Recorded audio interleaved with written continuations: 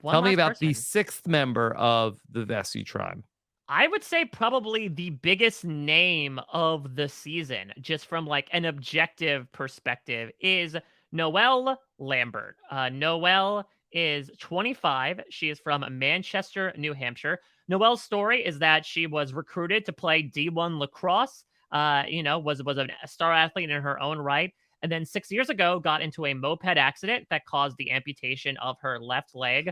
But she freaking picked herself back up and kept on Yeah. running, quite literally, as she went into pivot sports. She became a track star and ended up representing the United States at last year's Paralympic Games in Tokyo, where she ended up, I believe, I think it's set a new American record in Tokyo for the 100-meter dash in her classification group. So, like, foot race, forget about it. If we're starting the way we did with 42 of like the Mhm. Daniel the Daniel Memorial Challenge of run out and go grab something in the middle of the jungle, like Noel's gonna smoke these fools. Yeah. Okay. Well, I'm interested to hear what Noelle sounds like. And anything else you want to set up? No, I mean, we'll talk about it. Noelle, I do not think is necessarily someone who was just recruited by name alone. As she's actually going to get into in the very beginning of her interview, she is a big fan of the show as well. So that I think that also helps lend some credence to her doing well in the game. Okay. Why are you here on Survivor? I think a big reason why I'm here on Survivor is, I mean, one of the obvious reasons. I'm a huge fan of the show. I basically grew up watching it because my mom is a diehard fan as well. But another big reason is I'm here on behalf of the whole amputee community and the disability community. And I want to prove to people that people who have disabilities, they're not incapable of doing things. And I am the first above knee amputee to ever play the game in Survivor. So having that title is incredibly special to me because I'm not only playing for myself, but I'm also playing for them to prove to them that they can do anything that they put their minds to. What's your history with watching Survivor? Yeah, so growing up, I mean, I think I was about like maybe 10 or 11, and my mom's watching every single season. She's been a diehard fan from the first season it ever aired, and like the do's and don'ts of Survivor, she always knows. And I remember I was just a young kid saying, I don't want to watch Survivor. I want to watch like cartoons or something else. And then she literally sat me down and I started watching it with her. And I just fell in love with it. And it was like me and her, it was like our thing. We just had Survivor Wednesday nights. And just to see the game like evolve and change. And every single season, you have no idea what Jeff and the producers are going to throw at you. It just makes it that much more exciting. And just to finally be a part of it is pretty insane to say. Mailbox. Mike, are you letting Asher watch cartoons, or are you forcing him to watch Survivor yet? I haven't foisted it upon him quite yet, just because I think there'd be more explanations required. I'd much rather be like, yeah, why don't you watch Bluey before we have to get into, the complicated social dynamics that come across in Survivor, especially early on as well, right? It's not all about chasing chickens. Some of those early seasons of Survivor had some very, I'd say, age-inappropriate stuff for 10 and 11-year-olds. Yeah. I would try to force my kids to watch Survivor, but they're like, oh, we don't want to watch this. Why is Dad making us watch this? We don't want to watch it. Well, that's the thing as well, is that for you, it's a little bit of like bring a horse to water, right? Of like, you have a direct affiliation with the show in more ways than one. Yeah. I guess it's a little bit more degrees of separation that like Noelle's mom, at least from what I would imagine, unless this is a random surprise, that there is a little bit of a claim to fame, again, making reference to that show. Unless, like, her mom is just a big fan of Survivor. So at least it's not a thing of like, but you do this for your job. This isn't bring your kid to work day.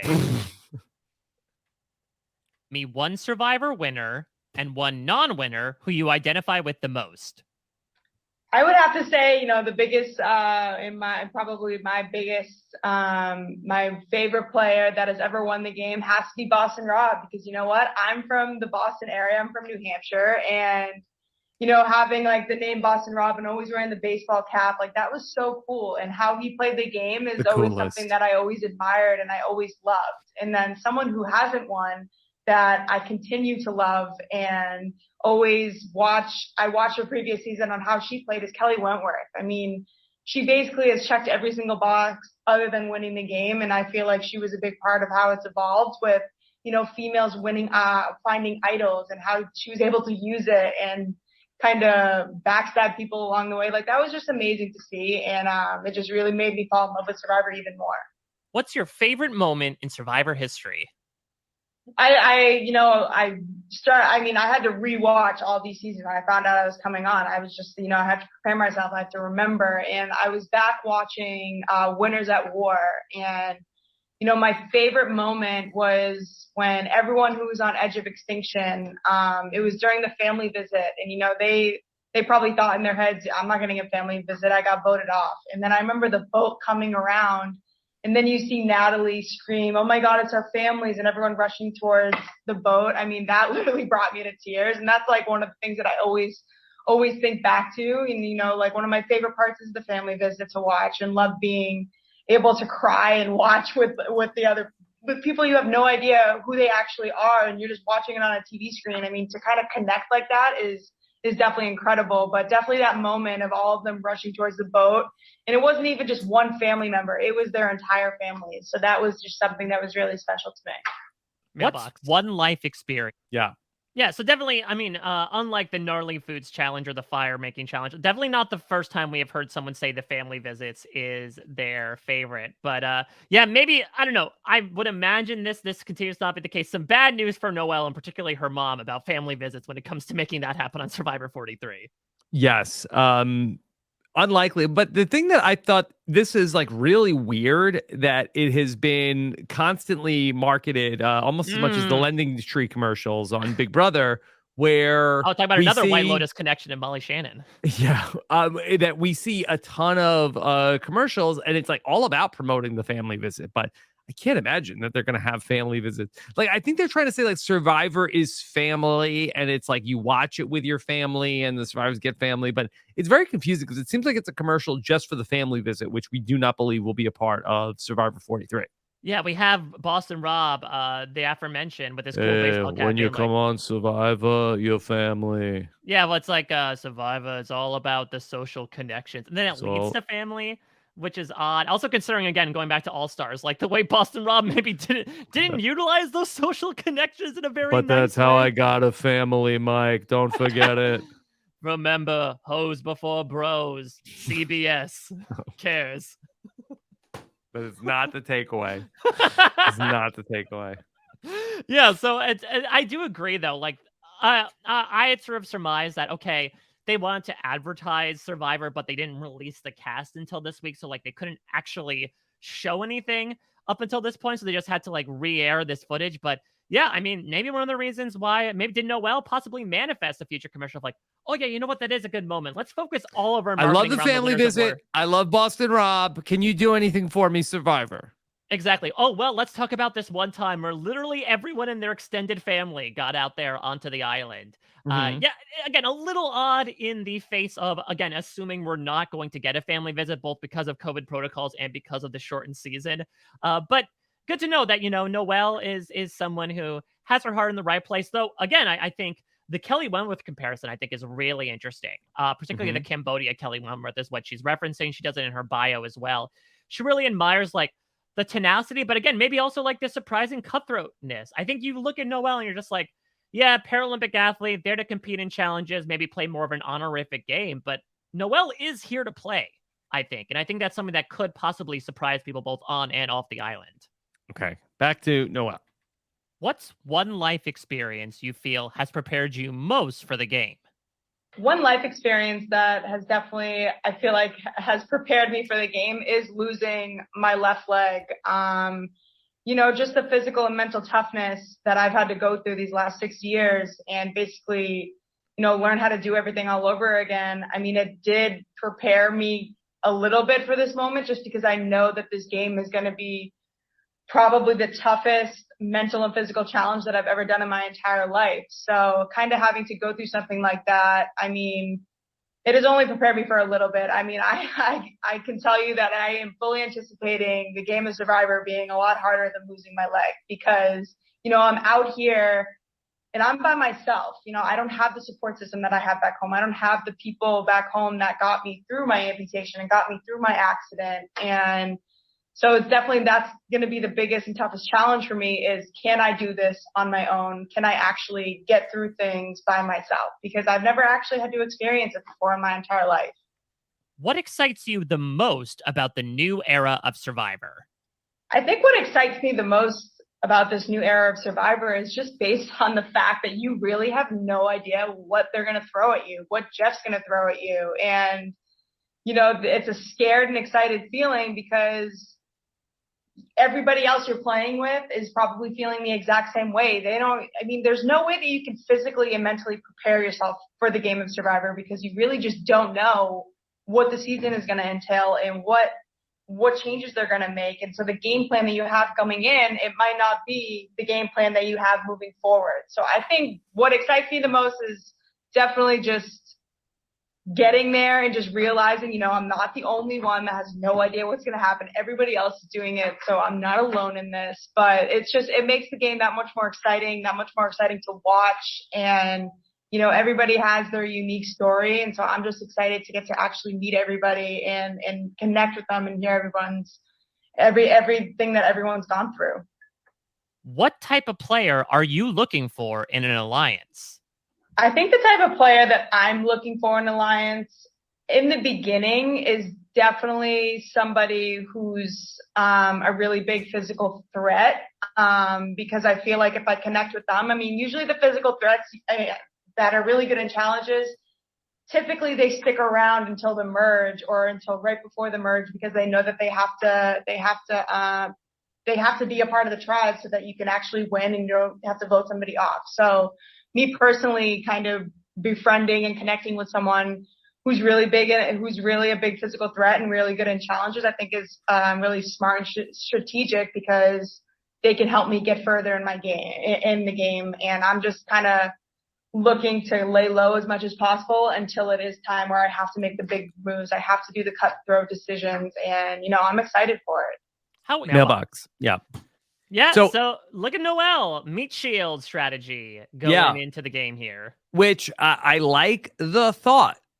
However, I don't know if that person's on her tribe.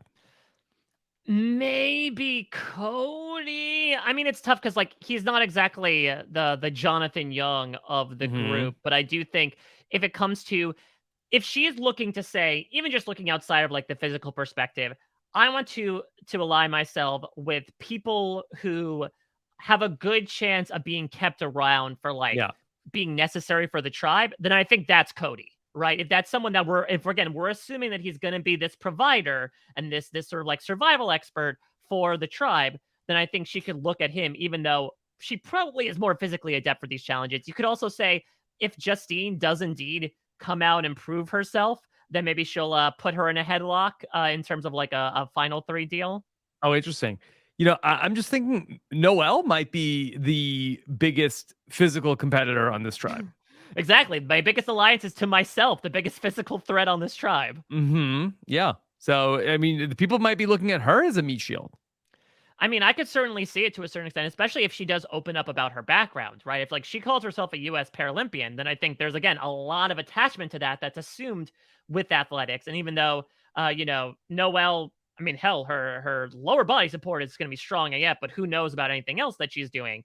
I do think there is this perception of just strength to her that might cause people to want to join up with her as well. But yeah, I certainly racked my brain when she came up with this of okay, who does she want to work with? Cody is really the only one I could think of right up. I know Dwight was talking about and he certainly has the build for it, at least from what we see of someone who thinks he could do well in the challenges. But I think it's a really interesting perspective to have, especially as a fellow athlete, right? Of let me surround myself with other people, not just because it'll make me less of a target, but because I know that these are guaranteed people pretty much to stay around. And so I want to get in their good graces. Okay. All right. Let's hear the rest of what Noelle has to say. How eager will you be to look for advantages in the game? I want to say the second I get to the beach, I want to be on the lookout, but that makes you a threat off the beginning. So I just have to, I have to contain myself. I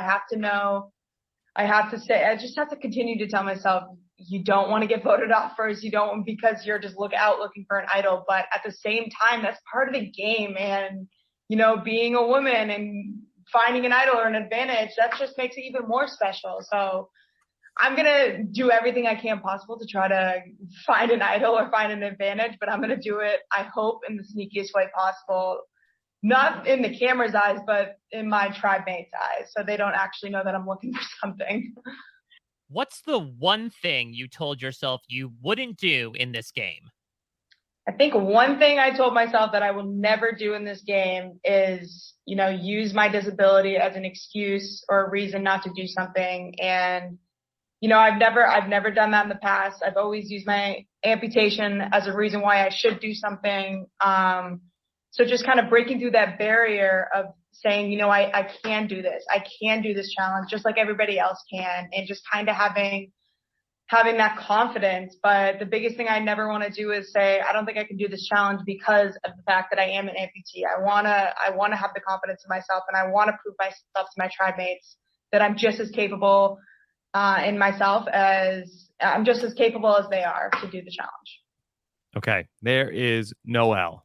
Yep, words to live by there. Yes. So, yeah, I think Noelle is in a really interesting position here. As we pointed out, I think she is maybe the most adept for these challenges, well, from a competitive level as well as an athletic level, which I think will get her early on to, the tribe. But maybe she just planted this idea in my head, Rob, but I'm seeing a lot of similarities between her and Kelly Wentworth. Yeah, in terms of well, I was to add to that, much like Kelly Wentworth, in her last time out, had a very close ally in the tribe in Lauren. Like, I really feel like Noelle and Justine are going to get along. Yeah, I think so as well. Like, I'm really seeing, again, going back to what Justine was saying about like always rooting for the girls. I think she's going to find a kindred spirit in Noelle. Maybe they rope in like a Cody as well as a third, maybe even a NECA as a fourth, assuming that like the two of them end up getting along there. But I think Noelle's in a good spot here because I also think it's not exactly, with no offense to Kelly Bruno, the previous amputee to appear on Survivor, who was a little bit out of her element, I think, from just like a social perspective. It does seem like Noelle she knows the game. Yeah, we don't talk about Kelly. Yeah, exactly. We know that we don't talk about Bruno Noelle, if you will. I think that we do talk about her. She has like an ability to see what is necessary for the game. Again, she's talking about like, oh, I want to start looking for idols. I know I want to keep these physical people around until I have to make the cutthroat moves, which again is not typical when we have athletes on Survivor. Maybe it's just that low bar to talk about another Olympic event that we possibly see from bringing some of these people on. But like, I like where Noelle's head is at. Now, look. Yeah. I'd be remiss if I did not bring this up because again, this was also part of the journey of Kelly Bruno. I think Noelle is able to ingratiate herself well. When it comes to her chances of winning, how much is this idea of her story going to be at the front of the minds of her competition, in your opinion? I think it's going to be, top of mind. Nayanka was, very much, was very quick to say it. Like, I can't let Kelly Bruno get to the end because people will give her the money automatically. And so I think that definitely will be something that's on some concern. But I think that you worry about that later. Definitely worry about that later. I think she's yet another person that we've been talking about in Vessi, right? Of like, they'll be good in the pre-merge, and then post-merge, that stomach worm might turn. And it's sad because that might be the case here for Noelle, right? Just due to what she had to go through, completely external circumstances, that is the reason why they all of a sudden clip her. I imagine if and when they do, it's going to be really tough, but I feel like it has to be discussed if we're talking about her winner odds, because that's another example of like the story just being so prominently out there. Now, also all that being said, a story does not necessarily make for a slam dunk victory in the game of Survivor. Again, compare it to somebody like Mike Turner, who again had this really great story of just like where he came from, the family that he was raising, but didn't necessarily have that story on the island to back up the story off island. If Noelle does make it to the final three, she has an incredible story off island and a bit of on island as to like what she had to work through physically to get to this point. But if the story she also created on island is not up to snuff, I would not exactly call it a lock-in victory that might make people assume they have to take her out. Okay. All right, Mike, what else do you have about Noelle? Let's look into her bio here. So, pet peeves: lazy people, slow drivers, and phony people. Uh-oh. Like the paper cup phony people? Yeah. Okay. But Yeah, other than that, it's just a lot about like her athletic achievements, her story, etc., etc.